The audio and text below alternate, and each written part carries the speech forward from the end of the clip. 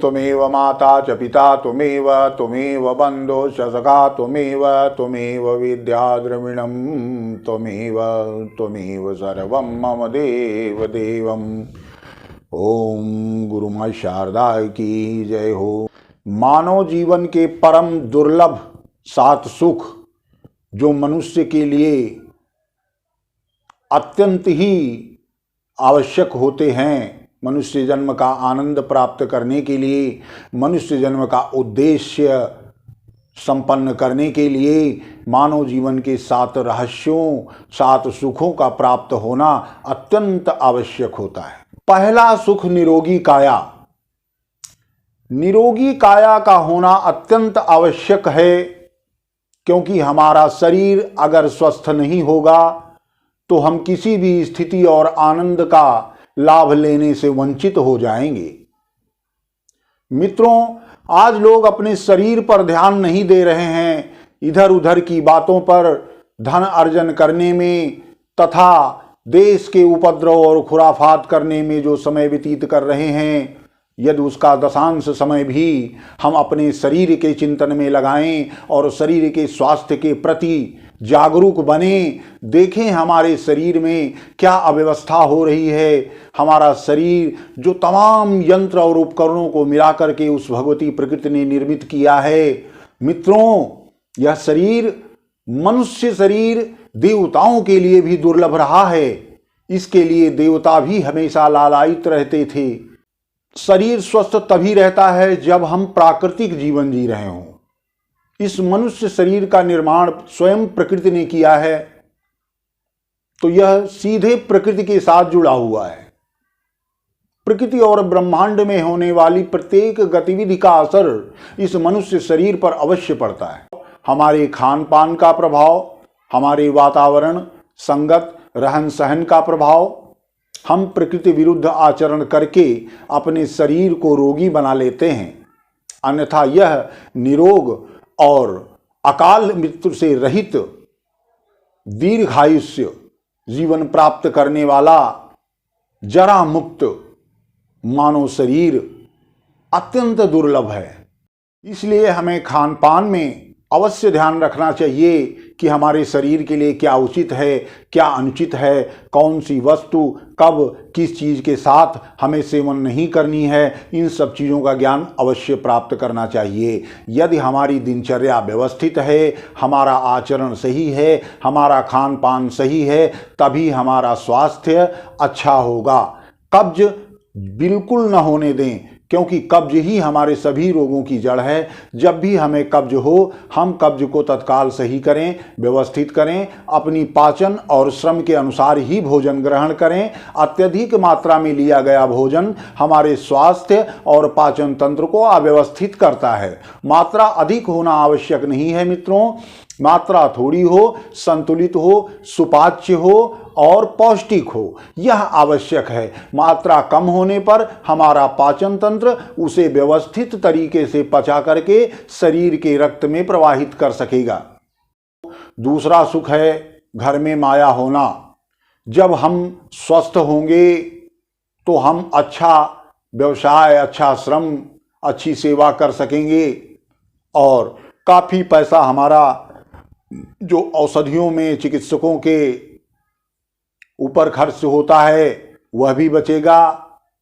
तमाम हम आनंदित रहेंगे, प्रसन्न रहेंगे और स्वस्थ होने से ही हमारे घर में माया बढ़ना प्रारंभ हो जाएगी, क्योंकि हमारा कमाया हुआ अधिकांश धन चिकित्सक कार्य में ही व्यय हो जाता है। ईश्वर सुख सुलक्षणा नारी।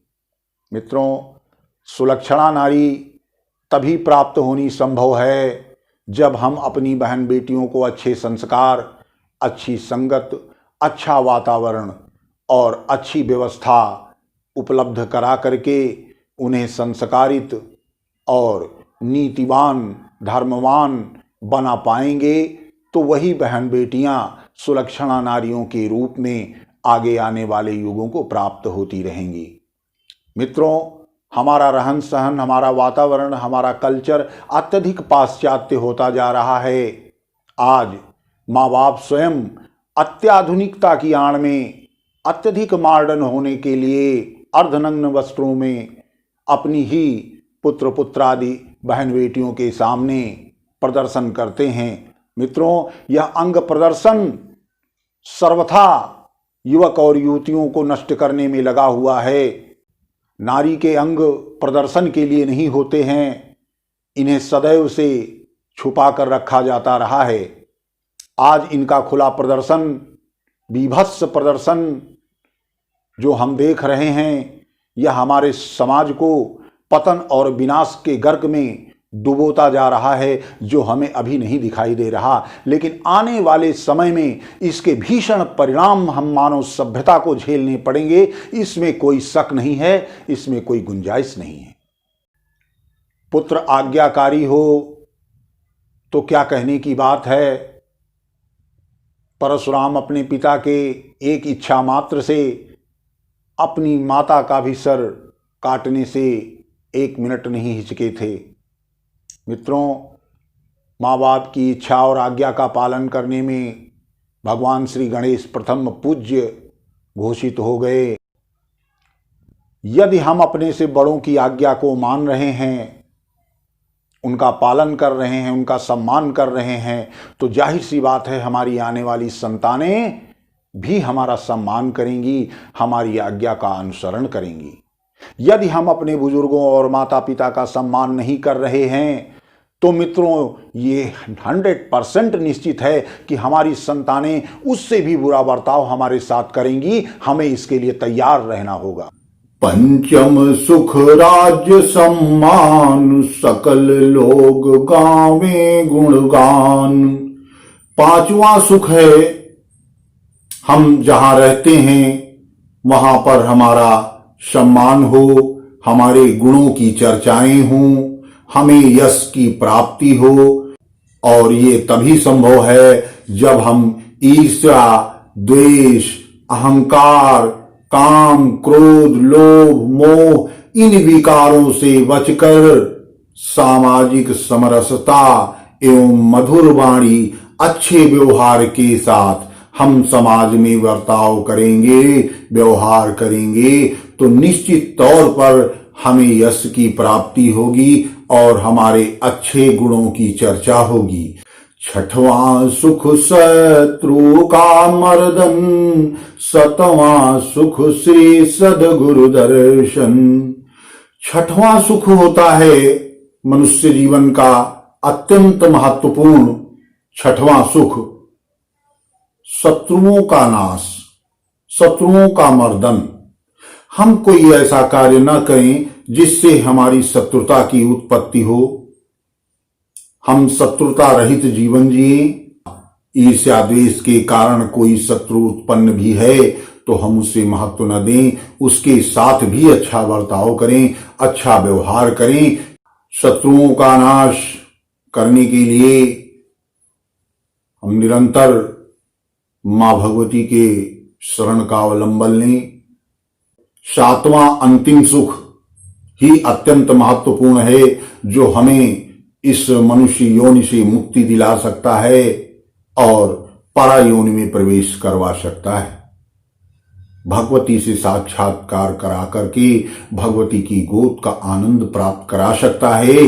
वह 7वां सुख श्री सद्गुरु दर्शन, सद्गुरु मिल जाएं, मनुष्य को उसके जीवन में सद्गुरु मिल जाएं तो उसका लक्ष्य पूर्ण हो जाता है। उसका आवागमन का जो ये चक्र है ये अवरुद्ध हो जाता है। सद्गुरु बहुत ही महत्वपूर्ण उपलब्धि है मनुष्य जीवन की। सद्गुरु हमारे उन्नति में सहायक होते हैं। सद्गुरु सदैव कल्याणकारी होते हैं। सद्गुरु का दर्शन, दर्शन का मतलब वो नहीं होता कि हम आंखों से दर्शन करें। दर्शन का मतलब होता है हम उनकी सोच, उनके कर्म, उनके व्यक्तित्व, उनके व्यवहार का अवलोकन करें, उनका चिंतन करें, तब ये सद्गुरु दर्शन कहलाता है। ये 7 सुख मनुष्य के जीवन में प्राप्त होना संभव है, परंतु इसकी प्रथम श्रेणी निरोगी काया का होना अत्यंत आवश्यक है। जब तक हमारी काया निरोगी नहीं होगी, हम इनमें से किसी भी सुख का अवलोकन नहीं कर सकते।